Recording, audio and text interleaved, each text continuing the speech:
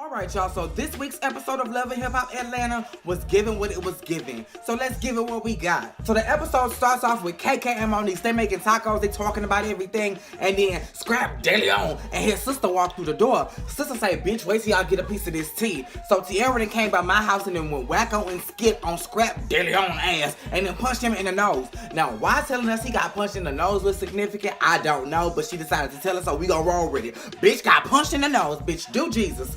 Oh, KK said, oh, hell no. I'm not gonna fly with this because this could jeopardize your goddamn freedom. So I will be meeting with Tierra, and that's that. The whole time that's going on, Monique is kind of just looking crazy because I don't know if she even knew this goddamn shit was going on, but who is still pressed behind Carly? So she meets with Rashida, Mimi, and Sierra, and she runs them down on the situation that happened between she and Carly at Carly's store. So after she went through all of that or whatever, she's like, you know what? I think I want to crash the engagement. Crash, you ask? It's because I wasn't invited, bitch. So I'm going to crash the engagement because I want to know why we was friends at one point. And now I'm not even cool enough to be invited to the engagement party, bitch. Oh, hell nah. But all the girls was like, nah, bitch, don't do that. Carly is happy. Let's not ruin what she got going on, bitch. Simmer down. We not finna go that far. She was like, okay, y'all, thank you for the advice. I'm not gonna go. But something told me that she was still gonna do something. Y'all, I'm not gonna even lie. I had saw the preview last week, so I knew she was gonna do something. But still, I got my context clues and I used them, okay? She looked off to the side. She said, oh, I'm not gonna go. And that gave me the impression that she was still gonna do some grimy ass shit. Speaking of Carly, she and Arkansas Mo go to the goddamn doctor, the baby doctor, and they get to talk about ways to conceive. Now, the doctor said, at this point in your life, which he really meant at your age, it's safer for you to go the IVF route than for you to have a natural pregnancy, because a natural pregnancy will heighten your chances of having a miscarriage, and we don't want that, okay? Carly was like, okay, it's funny that you mentioned that. Arkansas Mo, go out to the lobby. I need to talk to the doctor real quick. And after he left, she was like, listen, bitch, I've been having a period for over a month. Something is up. I need you to take some blood. I need you to do something, bitch, but find out what the fuck is going on. And the doctor was like, listen, bitch, that could be an indication of an early miscarriage, which is the exact reason why I said you should do IVF. So, bitch, slow down on the fucking. And if you gon' keep fucking like rabbits, at least wrap it the fuck up, okay? Because you don't want to, like, slip up and get pregnant for real, bitch, because then you can heighten your chances of having a miscarriage. And that's no for sure way that a natural pregnancy is gonna get you a boy. Keep that in mind as well, mama. So after that, they wanted to lighten the mood, so they went to the venue that they was gonna have the engagement party to just see everything, and they found out that Shay Mack was gonna be their DJ. Now, I understand that Shay Mack has a past with Love and Hip Hop. She did her thing with Jocelyn and Stevie, but I never knew her to have a relationship with Carly. So I wasn't surprised when Carly was like, who are you again? And she was like, yeah. But according to Shay Mack was like, bitch, we hung tight. We wasn't the best of friends, but we were friends. And for you to not even know who the fuck I am, bitch, just because I got my teeth fixed, bitch, you on that shit, and you playing dumb, and I'm not with the shit. And FYI, aka side note, Carly, stop telling people this is your first engagement, even if it is. You have been with so many people on this show that it is just simply hard to believe, okay? So keep that tidbit of information to yourself. Remember when I told y'all that KK was gonna make it her business to see Tierra? She did. This thing right here. So she sees Tierra, and Tierra's like, what's up? And KK goes off, bitch, I don't need you putting your hands on my son. And what really pissed me off about this situation, and I like Tierra, but what pissed me off about this situation, aside from the fact that she made a complete fool of herself at Sister Girl house, it was the fact that you thought this shit was no big deal. Like, you don't even know how much trouble this man could have gotten in, and that was KK's big point. Like, you don't even understand how you jeopardizing his freedom. And she like, I put hands on him. He didn't put hands on me. I popped him. It's not that big of a deal. And he just need to let your ass go and deal with the kids, and that is it. Cause that whole thing just made me look at you a whole different way. Like, Spice. Okay, I wasn't gonna bring this scene up, but I really just want to ask you a question as it relates to this scene.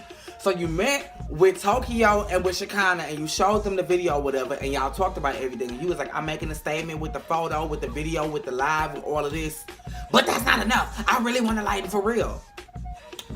Baby, if that didn't make your point known, nothing will, okay? We done already seen you with light skin. Making it permanent ain't gonna change nothing. You gonna be another motherfucking Sammy Sosa. He didn't make a statement at all. People just stop fucking with him because now he's a motherfucking weirdo. If you don't want that, if you want to keep bringing coins in for Nicholas or Nicolata or whatever your kid's name is, then bitch, you need to do what you gotta do.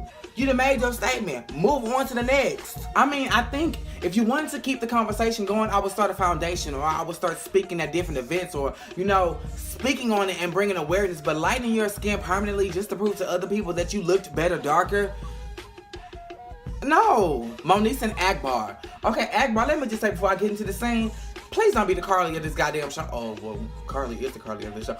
Please don't be another Carly. Like, stop running around carrying bones that ain't got shit to do with you. You met with Moniece about your EP. Moniece was mad that y'all was supposed to do an EP together and you keep delaying because you got shit going on. Your excuse was, oh, I've been dealing with my son. I moved my son in, but he been acting an ass and he been stealing from me and he been doing this and he been doing that. And I got a bullet lodged in my head, so some days I don't leave. And then when all of that was done, you was like, bitch, I got some strawberry lemonade tea for you. Scrapping somebody, I don't know if you said Tommy or Tierra, was kissing and da-da-da-da. What did they have to do with the EP? Nothing. You just wanted to start more shit. And it was just like, Akbar, like, is it?